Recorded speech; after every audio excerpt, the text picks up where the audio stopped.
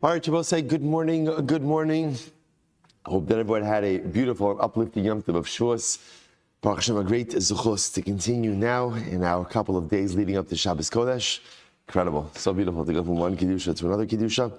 Begin by thanking all of our sponsors for this morning's share, to thank our annual Talmud Torah sponsor for Tavshin Pei 5785, the Tilsim Mishpach of Aritzah, for dedicating all the Shumer and Drashos this year as a zchus for Besaros Tolos Sha'am Yisrael. Our Talmud Torah sponsors for the month of Sivan, Haba Alinu Latova, Stephen Terry Zin, in loving memory of Steve's mother, Doris Zin Devora Bas, Rabbi Saul Yoel, on the occasion of our 5th yard site.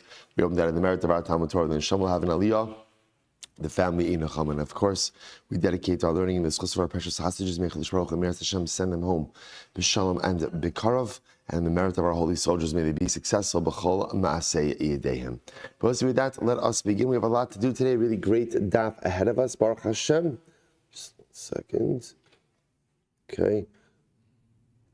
Our daf is Lamed Daled 34. We are picking up in Meretz Hashem 2, 4, 6, 8, 10, 12. About 14 lines down from the top.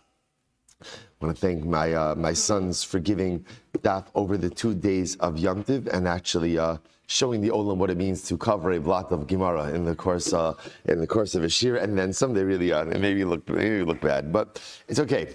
I'm back in the saddle today, so we're going to fall behind rapidly. So we are 14 lines down from the top on Lamed Amud Aleph 14a. Maskifla Rabba Barula. First of all, a special thank you to Moshe Abramson, who was running point on tech and coffee this morning. This is like a daf Yomi biathlon today. Yeah. All right. So let's remember again. We had a new Mishnah yesterday on the top of Lamed Gimel Amud Beis, and in that Mishnah, essentially, again, the Mishnah was highlighting a simple core concept. What was the core concept? Remember, we're talking about Shevuos Ha'edos. Shevuos Ha'edos is, I go over to two people, right? I have a claim against Reuven, and I believe that two other guys, we'll call them Shimon and Levi, no testimony for me, right? Testimony that could benefit me, so I go over to them, and the Torah highlights the idea that I could adjure them, right? I can go ahead and tell them, you guys know testimony for me, right? Reuven and Shimon, Shimon and Levi, you know testimony for me in my case against Reuven. If they say, no, we don't, I could say, Mashbia ani aleichem. I'm making you swear that you do not know any testimony on my behalf.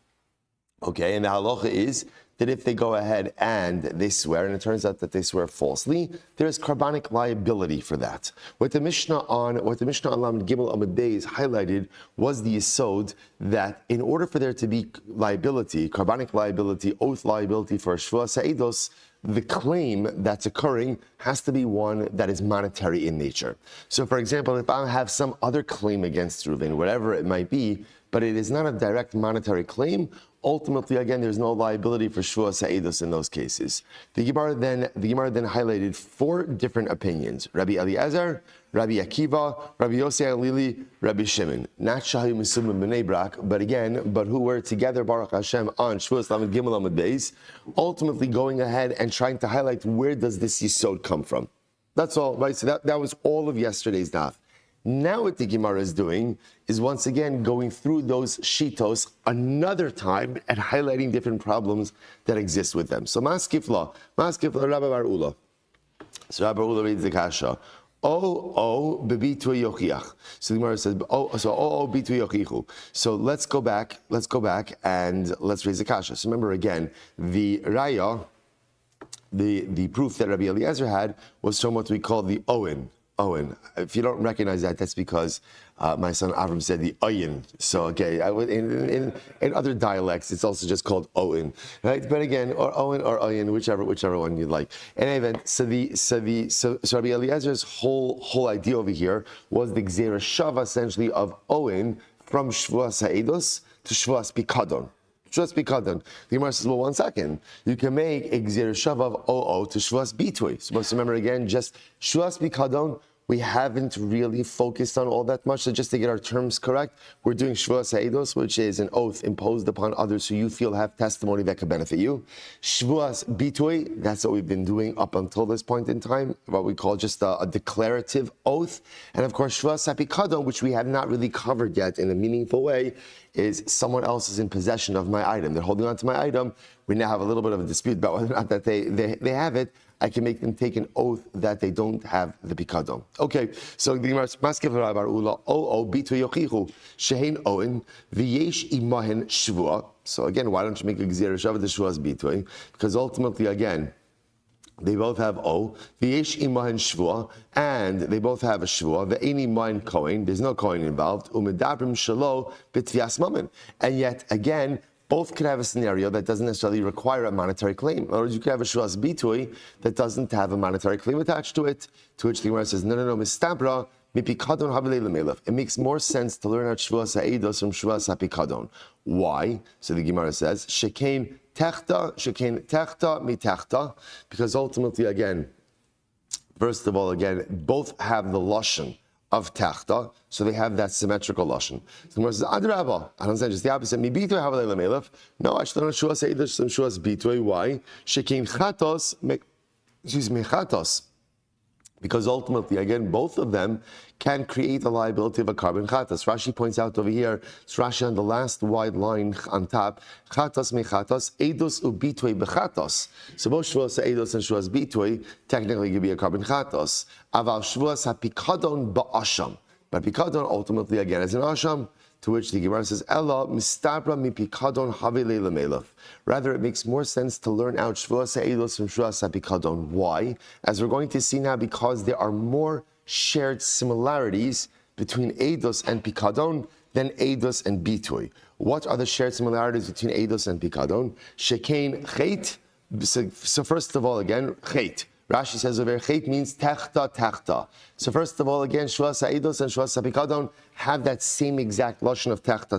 That's number one. Number two, b'mezid tav'e v'kafrei. Furthermore, again, they're both chayiv on mezid, right? Intentional violation, as opposed to, let's say, shvuas bitui, where remember again, you're not chayiv for mezid. Next, tav'e v'kafrei. Both have a tvia, a claim, and a kfira, and what is it? Denial. Rashi says over here, Tave v'kafrei, Eidos ha'pikadon ba'in al yidei taina ukfira. So both Shvuas ha'edos and Shvuas ha'pikadon, there's a claim and then there's a counter denial of that claim. Masha'en came with Shvuas bitui. Shvuas bitui doesn't have that, right? Shvuas bitui ultimately, again, is just a declarative oath. So the Gemara says, va'avera, or va'avrei. Rashi says, Eidos ha'pikadon shteina shvuos l'sha'avar, not a right, the lashon avar. So both shvuos ha'pikadon and shvuos eidos are both retrospective shvuos. Ava bitui ikar l'haba. But ultimately, again, shvuos bitui, at least on the biblical, right? Shvuos shtayim shein arba. The shtayim ultimately again were sha'ochal, right, or shalo ochal, are prospective shvuos. To which the Gemara says, so therefore, what do you see from here? There are all these similarities that exist between Shvuas ha'edos and Shvuas ha'pikadon. Therefore, it makes more sense to compare those two. Remember again on both sides, what's the comparison about? The comparison is there to tell me that just like Shvuas ha'pikadon requires a monetary claim, so too Shvuas ha'edos is going to require a monetary claim. Good. To which Gemara says, 1 second, Adrabah, no. If we're talking about comparisons, there are plenty of comparisons between Shvuas ha'edos and Shvuas bitui as well. Adrabah bitui have leila melav, shekain chata. So first of all, again, both have the same lashon of techta, right? Sheyarda, Rashi says over here, chata sheyarda lechomesh. Actually, Rashi just goes through all of them. If you look at Rashi, simanhu, Eidos bitui, both shvuas eidos and shvuas bitui, shnein bechatos. Right, both of them have the potential liability of the carbon chatas and an olev yored. Ve'ein ban chomesh, and ultimately again they have no chomesh penalty. Ba'afuke pikadon, but on the other hand, the shvas pikadon could generate. And again, we'll see all of this. Shuba asham uba carbon kavua. No one could generate an asham. Number two, it's never subject to a carbon olev yored. Rather, again, it's only obligated in a fixed value carbon. Umosif alav chomesh, and there are circumstances where you can be chayiv for an additional fifth. Which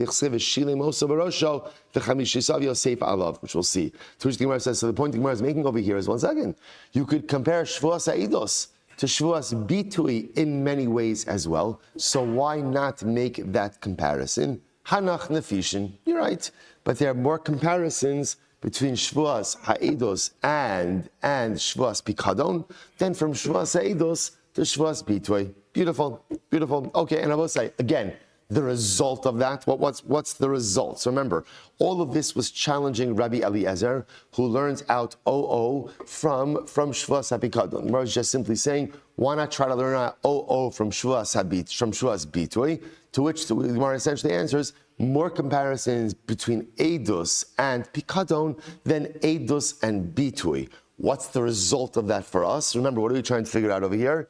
That Shevuos Ha'edos only occurs in a situation where there is a denial of a monetary claim. If the claim in question does not have monetary implications, then there's no liability for Shevuos Ha'edos. Good. So you just pretty much cemented Rabbi Eliezer's position. Good. Next. Rabbi Kiva says, Omer, V'haya ki yesham la'achas me'ela. So Rabbi Kiva says like this, right? The pasuk says if you will be liable for one of these things, yesh me'ela shu chayiv. So I will say me'ela means from amongst these things. What does that teach me? There are some of these things for which I am liable. V'yesh me'ela shu pater, and there are some of these things for which I am pater. Ha ketzad. So how do you distinguish? In other words, how do I know which cases of Shevuos Ha'edos there is liability and which cases of Shevuos Ha'edos there is not liability? So simple. Ketzad. Tavel mamen chayiv, tavel davar acher pater. If the claim is for money, then Allah Chalamayis, it is liability, right? If the claim is not for money, then I'm pater. So we'll say, so again, what's beautiful, I just want to point out what's very good over here. That's why even if you lose the train of thought a little bit, or a lot, or the whole time, right? Again, don't worry, because this is one of these Gemaras where no one is debating the core concept, right? Remember, just keep this in mind. The core concept is you are only liable for a false Shevuos Ha'edos when you swear that you don't know testimony in a case where there's a monetary claim, right? That's the whole yisod over here. There happens to be a four-way machlokes about how I learned that concept. But it's one of these machlokesim where everyone's agreeing on the concept, just disputing or debating what the source is. So now Rabbi Akiva says, Me'ela, essentially we learn from Me'ela, there are times ultimately again where you are chayiv, times where you're not chayiv. How do we distinguish that? Monetary claim ultimately again is liability. No monetary claim, no liability. How do you know to learn it that way? Maybe you can switch it around. You can reverse it. Rabbi Akiva a'oin Rabbi Elazar samich. Rabbi Akiva really also for his drasha relies on the O of Rabbi Eliezer, sorry. So Gemara says, so if that's the case, so then what is the distinction between Rabbi Akiva and Rabbi Eliezer? To which the Gemara says, Rabbi Eliezer, Rabbi Akiva. Ikebenayu mashbia ede karka. Oh, this is actually very interesting. The nafkamina may be, so remember again, what we're looking for over here is Rabbi Akiva. If we're saying now that Rabbi Akiva essentially at his core relies on the Oim of Rabbi Eliezer, then halacha l'maisa, where lies the distinction between Rabbi Eliezer and Rabbi Akiva? Specifically, Rabbi Akiva went out of his way to say that there will be cases where you will not be chai for Shevuos Ha'edos. What are those cases? To which one says, I'll tell you, Edei Karka. Edei Karka. Now, what is the case of Edei Karka? The Rabbi Akiva potrin, or the Rabbi Yochanan. So the Gemara says Rabbi Akiva will say that you're pater, and the Rabbi Yochanan the Amar Hasa mashpia Edei Karka. So okay, fine. So let's before we get to this, look at Rashi for just a moment. Rashi says, "My benayu." Actually, next Rashi, the Rabbi Eliezer Chayavin. The gabe hashavas agzela masham inole the mechayiv hashavas agzela karka v'kasar da'itcha duhu adin l'shvuos hapikadon or l'shvuos ha'edos. This is very interesting. What happens if I have a real estate claim against Ruvain, and I feel that Shimon and Levi have eidos for me in that case, and then they go out and they swear that they do not know any eidos about my real estate claim, but they're lying. Is that called kfiras mamon? Is that called negation of a monetary claim, or perhaps again negation of a monetary claim ultimately refers to what?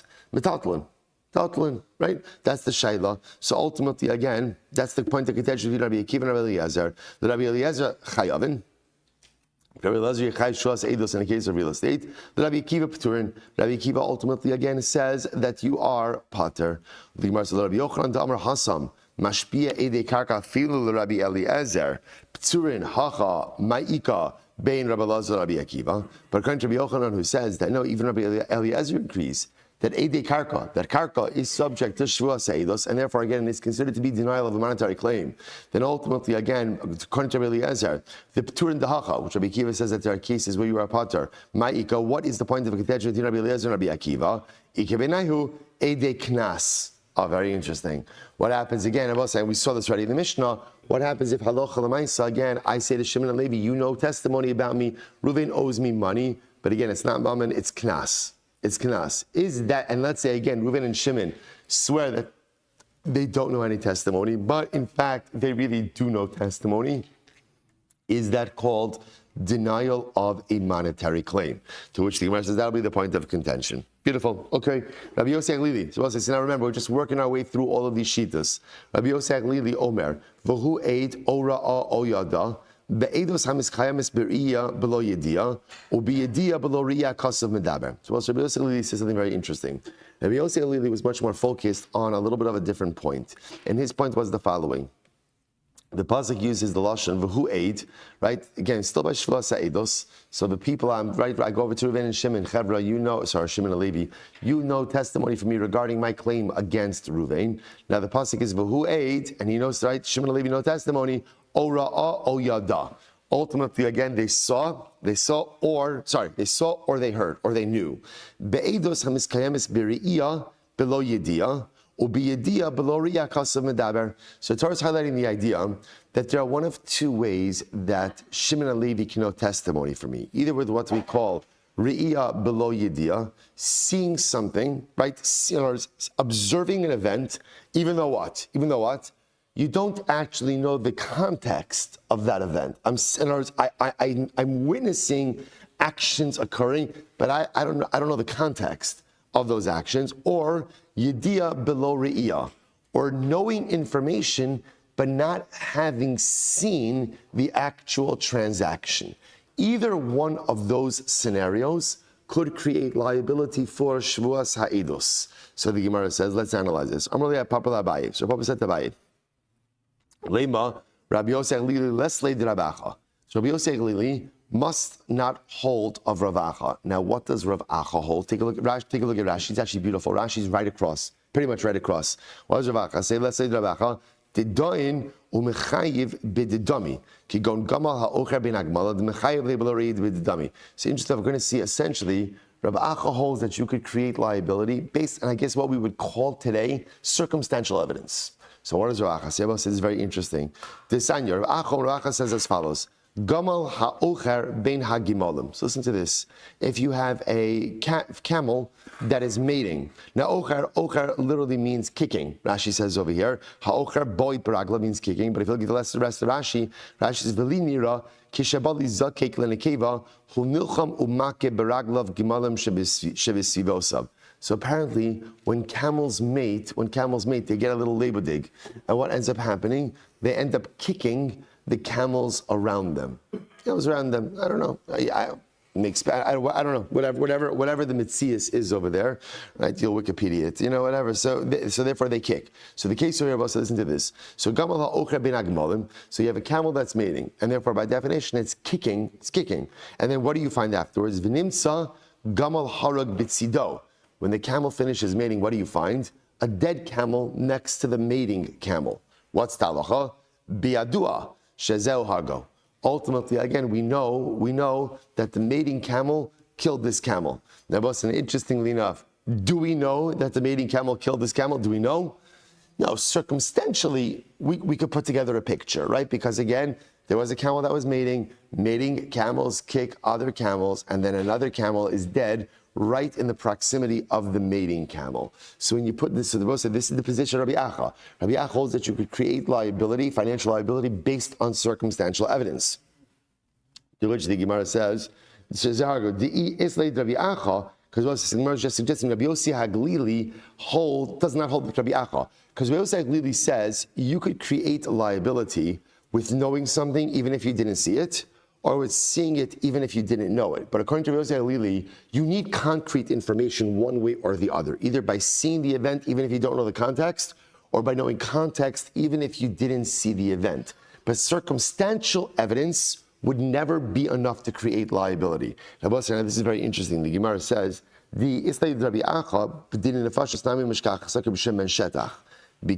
if Rabbi Yossi Halili held like Rabbi Acha, that you could create financial liability based on circumstantial evidence, then the truth is you could even potentially create capital liability based on circumstantial evidence. What does this mean? The Gemara says, Desanya, Amr Shem and Shetach. Shem Shetach said the following. What says is crazy. Ira ben Nechama. The Ira ben Nechama is like a lashon of Shevuos. I swear. But literally it means I will not find consolation. I swear. Listen to this. Rabbi Shimon Shetach said, I want to tell you a case that happened to me. I once saw a guy. I saw Ruvain running after Shimon. And what happened? They ran into a churba, right? They ran into a ruin, which wasn't why a ruin. A ruin is a place generally where you don't find other people. V'ratz the achar, Shimon Shetach said, so Shimon Shetach seen this whole thing. He sees Ruvain running after Shimon, and he sees obviously something's going on over here. So now Shimon Shetach runs after Ruvain, who's running after Shimon. Now listen, I watch this. V'ratz the acharav, umatzasi sayif biado. Wow. And I come into the churva, I come into the ruin, and I see Ruvain holding a sword in his hand, the dam mitaftef, and there's blood dripping off the sword, the harog mefarfer, and Shimon is literally again like writhing. He's dying. He's in the throes of death over there. Amarti lo. Now here's what's fascinating. So what does Shimon ben Shetach see? What does he see? What does he see? He sees Ruvain with a weapon that has blood on it, and Shimon dying on the ground. What didn't he see? What didn't he see? He didn't see Ruvain do anything to Shimon. Yet look what Shimon Shetach says. Amarti lo, I said to Ruvain, Rasha, mihar golazeh. Ruvain, who killed Shimon? Right? There's only one of two possibilities. O ani, o ata. Either you did it or I did it. And I know that I didn't do it. Right? So therefore Shimon Shetach says, Ruvain, we both know that you killed Shimon. Aval ma'aseh, she'in dam chamasar biyadi. But what could I do? I can't exact punishment from you. Why? Shari Amra Torah, apish naim edim o shlosha edim yumas hames. So this is fascinating. So Shimon Shetach says, what could I do? I'm an eid echad. They're both saying, now what's fascinating about this? Shimon Shetach says, so the reason I can't hold you to Beis Din is because I'm a singular witness. What can you infer from this? That if someone else was with Shimon Shetach, then what? Then what? They would have held him liable in Beis Din. Now what's fascinating about this? I will say, this is circumstantial evidence. It's circumstantial. In other words, no one saw the act. No one saw the act. Yet, Shimon ben Shetach says, I believe that if there was someone else with me, this would have been enough to convict you of a capital crime. But what could I do? I'm an eid echad. I'm an eid echad. Elo, hamakom yipare mimcha. HaKadosh Baruch Hu should exact punishment from you. Amru, they said, lo zazu misham ad shenash chonachash umeis. Wow. So what happens? They did not leave there before a snake came, bit this guy, and this guy died. This guy died as a result of the snake bite. So we'll say, so incredible. So again, so just to trace our progression over here, right? Rabbi Yossi Halili is saying that Allah Chalamaisa for Shevuos Ha'edos, either you could have Re'iyah below Yediyah, which means you saw an event even though you don't know context, or Yediyah below Re'iyah, you know information even though you did not see the initial event. But you've got to have solid and concrete information. The Gemara just says, Rabbi Yossi Halili clearly doesn't hold like Rabbi Acha, because Rabbi Acha said that halacha l'maisa, again, in the case of the mating camel, you could create liability through circumstantial evidence. Not only that, the Gemara says, but by the way, if you hold like Rabbi Acha, you could even hold like Rabbi Shimon Shetach, because Rabbi Shimon Shetach says you could even convict on circumstantial evidence, ultimately again, in capital cases. And the only reason why he couldn't convict that guy, Ruvain, was because Shimon Shetach wasn't eid echad. To which the Gemara says, even if you say Rabbi Yossi holds Rabbi Acha, so you could find the case of Yediyah below Re'iyah, which means remember, Yediyah below Re'iyah means I know facts, even I know concrete information, even though I did not witness the initial event. So you could find a case like that outside of Dinei Mamonos. You can find the case like that outside of Dinei Mamonos. So the Gemara says, Ella, and for example, a case like that would be like Shimon Shetach case. Ella, Re'iyah below Yediyah heichi mishkachas la. But at the end of the day, we'll say, let's say in a capital case, how can you ever convict based on, so in other words, for example, I will say, in a capital case, what would be an example ultimately again of Yediyah below Re'iyah? What would be an example in a capital case? The Shem Ben Shetach case is a perfect example of Yediyah below Re'iyah, right? I see Ruvain holding the sword. So clearly again, someone killed Shimon. Re'iyah, I did not, below Re'iyah, I didn't see Ruvain do it. But it looks like when you put 1 plus 1 together, it looks like I could come to the conclusion that Ruvain killed Shimon. But I will say, but in a case, how can you ever have a capital case of Re'iyah below Yediyah? Right? How can you ever have that? So the Gemara says, because after all, Milo by Meida im Oved Kochavim Harag o Yisrael Harag. So remember again, because in a capital case, ultimately again, you have to have Yediyah. If you don't have Yediyah, then you can't convict. For example, you have to know who the victim was, right? Was ultimately, again, was it a Jew? Was it a non-Jew? Im Adam Treifa Harag, O Shalim Harag. Was the person a Treifa, right? Because we'll say, remember, the halacha is, technically speaking, if you kill a Treifa, right, which is someone who has some type of injury from which they are going to experience imminent death, then halacha l'maaseh is not liability for killing such a person like that. So halacha l'maaseh, you can't have a case without Yediyah.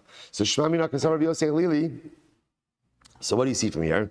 It would seem to come out from Rabbi Yosef Lili holds mashpi edei knas pater. That ultimately, again, if you give a edei knas, I will say now what that means is, if I go to witnesses and I claim to them, Chevra, Shimon and Levi, you know testimony benefiting me in a knas case against Ruvain, that ultimately, again, there's not liability for Shevuos ha'edos in that case. These are not chayiv, because if you would think that it's chayiv, nihidi yediyah below re'iyah ashkechon la, you could find the case of yediyah without re'iyah, but re'iyah below yediyah, but re'iyah below yediyah. How can you ever have a case of re'iyah without yediyah? After all, milo by meida. In the case of knas, they both say you have to know Nachriz Baal, Bas Yisrael Baal, Besula Baal, Besula Baal, Be'ula Baal. They're going to both say you can't have a case of Re'iyah without Yediyah. Because if you don't have Yediyah, then you don't know whether or not there is actual Knas liability. So therefore, Allah Chalamaysi must hold that in the case of Eidei Knas, you'd be pater from Shevuos ha'edos. Okay, incredible. All right, we'll say, so that, we're not totally finished, but essentially what we've just really done is, besides Reb Shimon, we've gone through the first primary 3 opinions. Good. We'll say, interesting case here. Yosef Rav Hamnuna Kamed Rav Yehuda. This is actually a great Gemara. So Rav Hamnuna was sitting in front of Rav Yehuda. The Rasi Yosef Rav Yehuda, the Kami Baile. And Rabbi Yehuda was pondering the following case. Mane minisicha bifnei ploni uploni. So what happened, Rabbi say? Here's the case. So I go ahead and I say to Ruvain, Ruvain, mana minisicha literally means I counted out a mana to you. So what I'm really claiming is like this. Ruvain, I lent you $1,000, right? I lent you $1,000 in front of Shimon and Levi. I'm a base. Ve'edim roan osomi bachutz. Now what happens to be over here, Shimon and Levi are standing outside. So this is a great case. Again, this is really what we would call Re'iyah below Yediyah. So what happens? Shimon and Levi are standing outside. So what do Shimon and Levi see? What are they observing? I am putting $1,000 into Ruvain's hand. Now, what don't they know? Context. What is this? Right? What is it? Is it a loan? Is it a gift? Am I repaying something to Ruvain? So what they see is objective fact. I am giving money to Ruvain. So the Eidim are outside. Now Rashi points out over here below, Hikir Hanitva Bahem. Rashi understands over here that Ruvain did not see the witnesses there, which we'll discuss in just a moment. Now Rashi says over here, if you look at Tosis says Rashi has to interpret it this way. Why? Shim hayu mi bifnim, hayu yodim im haya piraon o halva.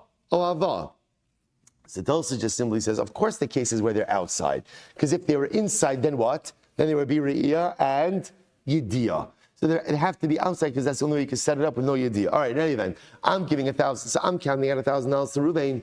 Witnesses see me doing this. So the Gemara says, so what is the halacha in such a situation like this? I'm really Rav Hamnuna. Rav Hamnuna says, 1 second, let's back up. Suppose they say, okay, just to understand the context over here, right? Rav Yehuda is saying over this case. Rav Hamnuna's sitting there, right? And so Rav Hamnuna says to Rabbi Yehuda, Rabbi, can you tell me, like, what is the context of this case? V'halo ma toin, or specifically, what is Ruvain claiming, right? So I'm the one who gave Ruvain $1,000. What is Ruvain claiming? So the Gemara says, I amar lo hayu dvar me'olam. If Ruvain says, what are you talking about? Silber, you never gave me $1,000. Hochsa kafran. Then obviously I will say, what is he? What is he? He's a certified liar. Because obviously there are witnesses that saw that I gave him $1,000, right? So that can't be the case. I amar in shakli v'didi shakli. If on the other hand, Ruvain said, yes, Silber gave me $1,000. Do you know why? That was my money.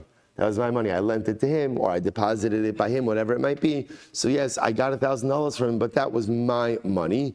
Then ki asu edim my havi. Then it was in reality, what good do the witnesses do, right? In other words, remember, the witnesses can't say yay or nay in that case, because all the witnesses saw was that I put $1,000 in Ruvain's hand. If Ruvain says, yes, I received $1,000 from Silber, but it was my money, then ultimately we have to believe him.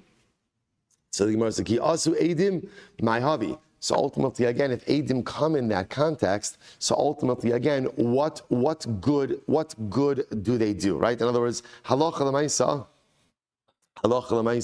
what have they really accomplished? So the Gemara says over here, so it's actually quite fascinating.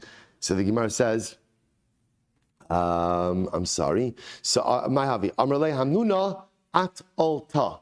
So Rabbi Yehuda says, oh Hamnuna, good gizok, as they say. Excellent point. Excellent point. You are a good Talmud.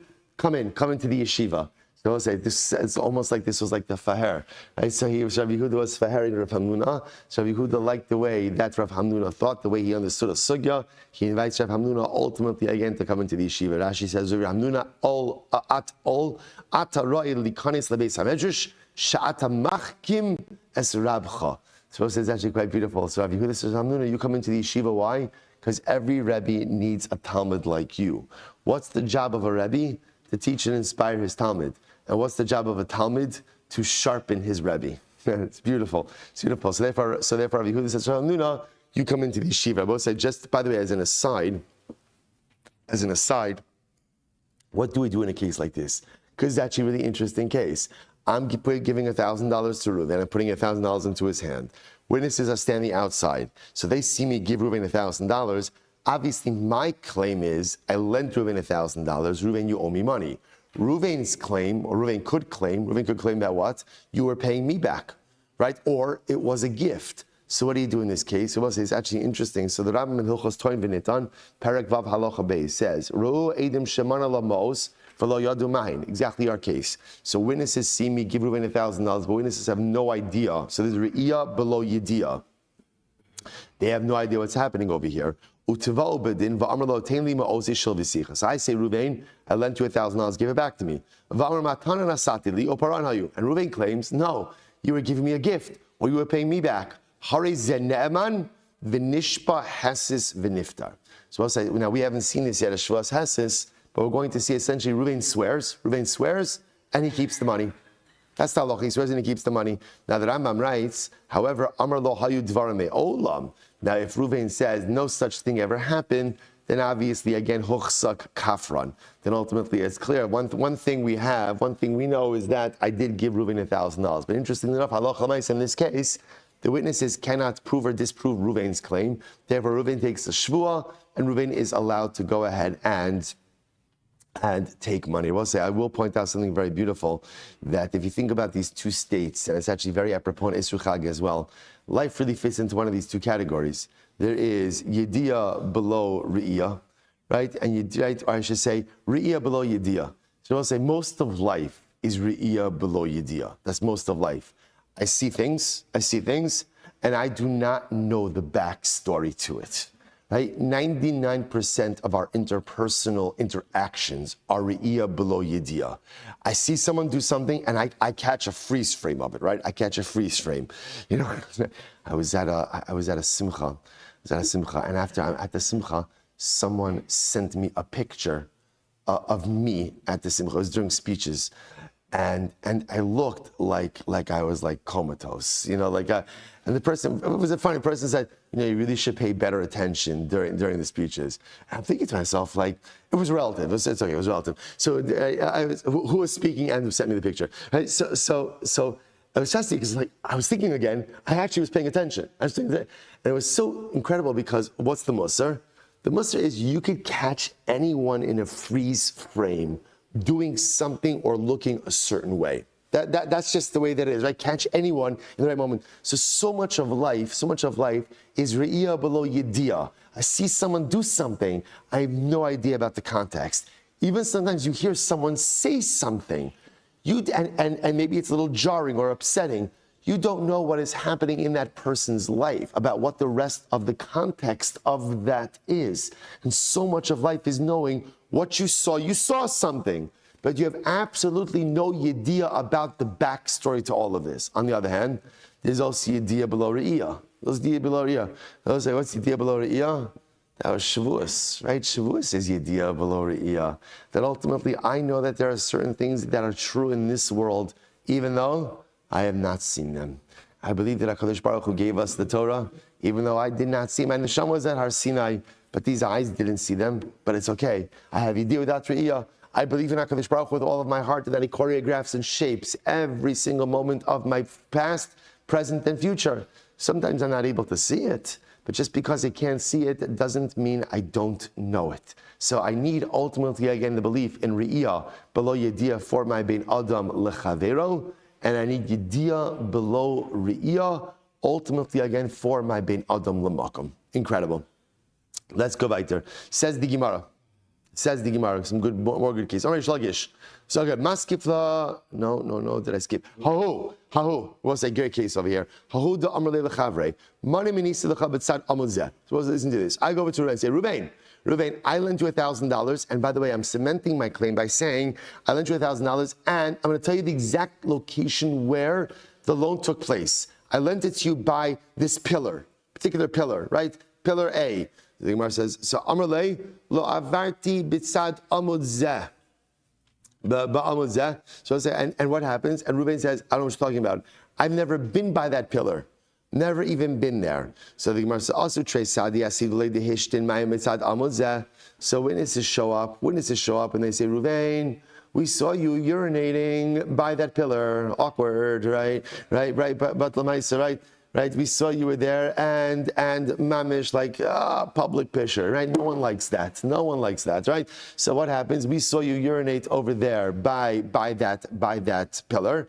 So Bo says, so now obviously what's happening over here is we have a problem, right? Reuven said he's never been by that pillar. Witnesses now place him by that pillar. So what do you do with this? Okay, he's a liar. He's a liar. Obviously, Reuven is a liar. And we'll say once he's a liar, obviously now, that just to point out, that doesn't automatically mean that he's liable $1,000 to me, right? Because remember, again, it's not like witnesses are saying, we saw you urinating and borrow money from Silber at that same pillar. He's very talented, right? At the same time. In other words, all what they're doing is they are eroding his credibility, right? Because he said he's never been by this pillar. They say, yes, you have, and you actually have a very personal connection with this pillar, right? But Lamaisa, so all you're saying, Hosa Kafran, we've established Reuven as a liar. Okay. So Maskil Nachman says, no, Haidina Parsa. So Nachman says, that is a Persian ruling. No offense to anyone, Chevra, right? That is a Persian ruling. What does it mean, a Persian ruling? So that was a disparaging term when you did something nonsensical. You did something that didn't make any sense. Such a Persian ruling, right? So again, it was a reference ultimately against something that made absolutely no sense. After all, the Gemara says, Mikar me'olam. Is Reuven actually saying that he was never in his life by that pillar? That's not what he means. What he means is be'esek zeh ka'amrle. What he means to say is, in this you're claiming you lent me money, you lent me $1,000 by this pillar. I was never by this pillar during this interaction. I don't know, maybe I pished there before, but like I've never been there. I've never been there by this circumstance over here, right? It's never happened before. So the Gemara says, Ika da Amri. So that's the fundamental machlokes over here.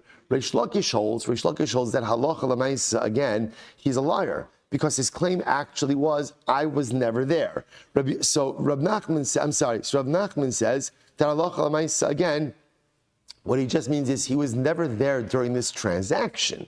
but he doesn't mean to say he was never there at all. So you could have an alternate version of this. So same case. I say to Ruvain, I lent you $1,000 by this pillar. Now, interestingly enough, in this case over here, so if you notice in this version a little bit different, what does Ruvain claim? I have never in my life been by this pillar. So nafku beisadi dehishrim mayim b'tzad amuzeh. So witnesses came and say, Reuben, you urinated by this pillar. So Rav Nachman hochsa kafar. Rav Nachman says he's a liar. He's a liar.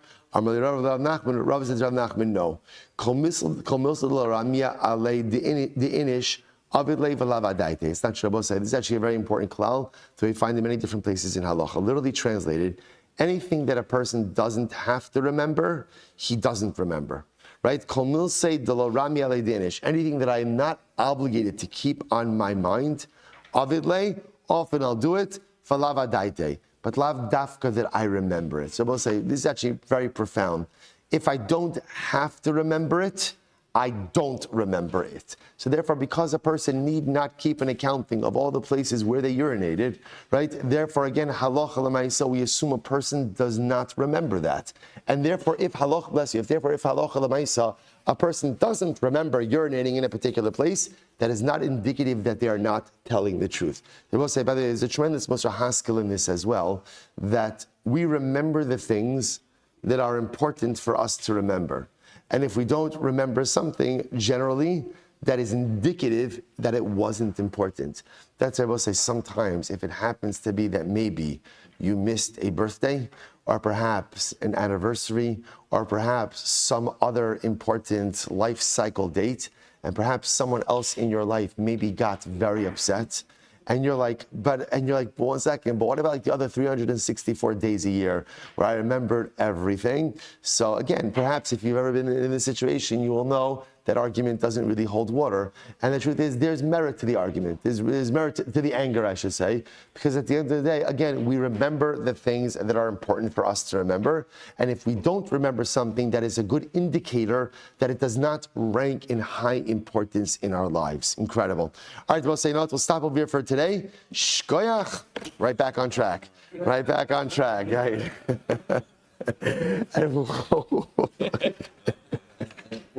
Don't look ahead. Don't do whatever you do. Don't turn to the page. We're going to be fine. It moves quickly. Tomorrow's daf moves a lot faster than this one. All right, Chevron, have a great day, everyone.